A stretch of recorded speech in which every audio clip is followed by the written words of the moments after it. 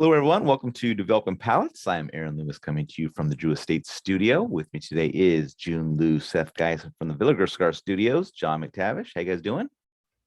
Doing well, man. Things are good over here in the Villager Cigar Studios. The weather's nice. That is all I have to say about that. All right, perfect. So today we are talking about the Alec Bradley Trilogy Authentic Corojo. Cigar is a Toro 6x52. Comes out of the Tabacos de Orient factory in Honduras.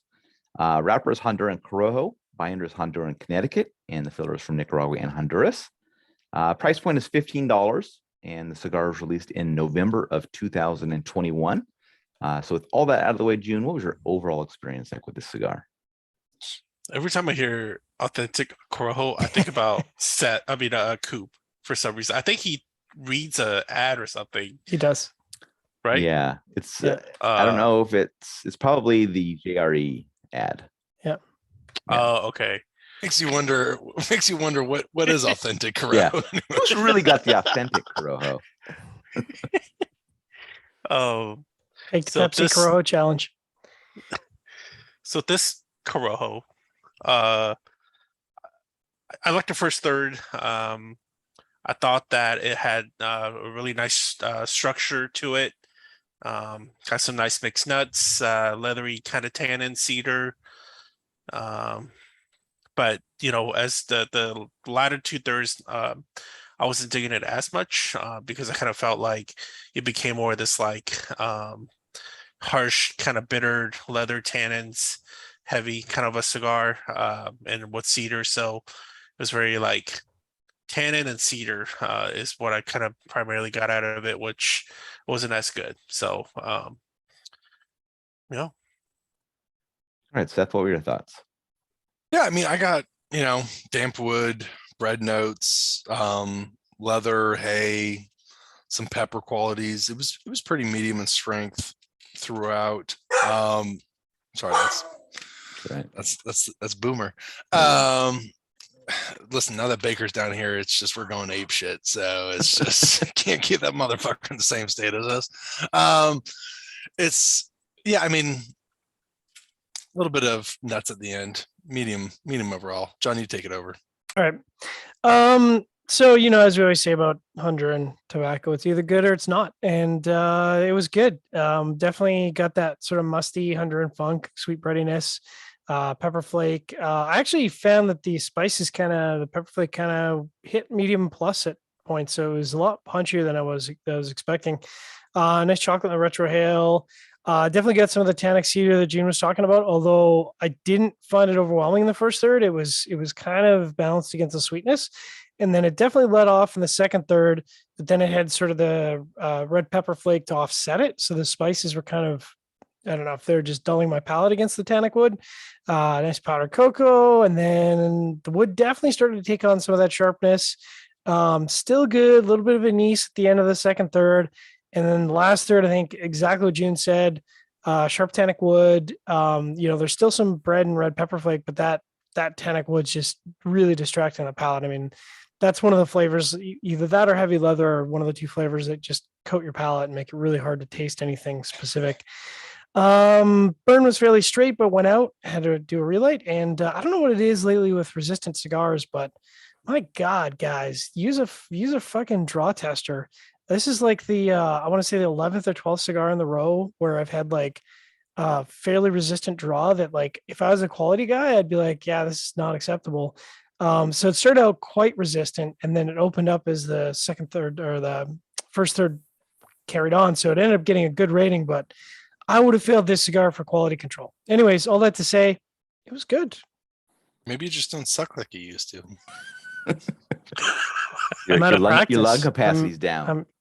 Is it lung capacity, or like, do I need to work the trumpet a little more aggressively? I don't know. Might be a little bit of both. Maybe all these reviews after PCA will be a little bit better now that you're. Hey, what happens in Vegas? Whoa, hey. It stays in Vegas, but you can learn from it. You can learn from it. For me, the cigar started with toasted cedar and a creamy candied cinnamon. Some light dry earth joined a bit later. Second third saw some mustiness join in, and the final third saw the toast and dry earth levels increase. I thought the cigar started very well. Creamy candied cinnamon was a great flavor note.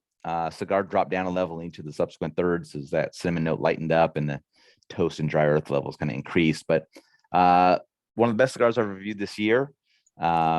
Creamy candy cinnamon component, fantastic. And if I could have, kind of somehow held on to that for the, its fullness the whole way, this would have done even better than that. But I'd have no problem coming back to this cigar, no problem recommending it to other people. Fantastic cigar. So I enjoyed it.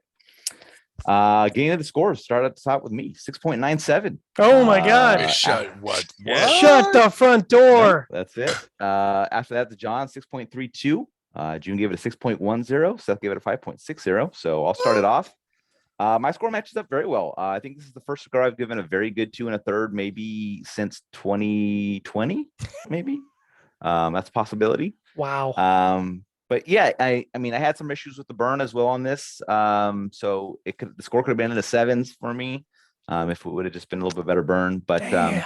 I mean, it just was a really good first third. It it dropped a level in each third after that, but it was good enough in that first half that I would be willing to come back to it. So, all right, Jiunn 6.32. Matches up well. Like the last review we did, the burn and draw did not help the score here. It actually held it back. So the overall score matches up pretty well. That's exactly where I would put it. I would definitely smoke it again. If they can get the draw and burn under control, this, and yeah, it's good. All right, Jiunn 6.1. I mean, it's not bad. I just didn't like it as much as you did. Right. Yeah. All right, Seth 5.6. Listen, I thought it was going to be higher than what I gave it. And I know that I was like, I think this is the best one out of the 3 of them. Right. Well, I didn't think this was going to be the reaction that you gave it, Aaron. So, but listen, I enjoyed it. I think I want to smoke more of them, but I did smoke a bunch of them for this. And the first one I smoked, I really liked, kind of went downhill. And I started thinking about this in the end. This is very unrelated, but when these first came out, the Vitola was cool. It was unique. Right. Now, doesn't it just seem like it's not even that big of a deal of a Vitola? Does that make sense? And I'm not trying to shoot Alec Bradley down for that. It's just like I mean, especially with the Yagua coming out, it's not a designed triangular shape, but it has weird shapes to each of the cigars. So yeah, there's not hexagon presses out there and diamond presses now, and it's really gone a long way. But I guess maybe we should give Alec Bradley, because I don't remember. I know when they did this, when they first came out, it was a big deal because there weren't many molds like this. No. So, and it didn't take off then, but I mean, good for them for sticking to the they're not. 15 years later, people started doing some of the stuff, or I can't remember when these first came out, whatever it was. Good old days. So something unique I've noticed about these cigars, and I've smoked all 3 as well, and I've gotten this aroma from the foot on all 3 of them. So it's in the blend. I think just the wrappers changed on this. I don't think they changed the filler blend between the 3 of them, but I get an anise biscotti note from the foot of these cigars, and it's on all 3 of them, and it's very distinct. I don't think I've ever gotten it from another cigar, but it's very unique on this one. So if you go through the other ones, check it out, see if you get that similar kind of note. But I thought it was pretty interesting. Well, I definitely got that I didn't get it off the pre-light aromas, but I did get that at the end of the second third. So that's kind of interesting. And that's pretty rare for me. I'd say 1 out of 75 cigars, maybe 1 out of 100 cigars, if I'm lucky. So it's pretty rare. Yeah, it was pretty nice. Any other final thoughts from you guys on this? Looking forward to working through the entire spectrum of the new releases. Yep. We're going to do the other ones, right?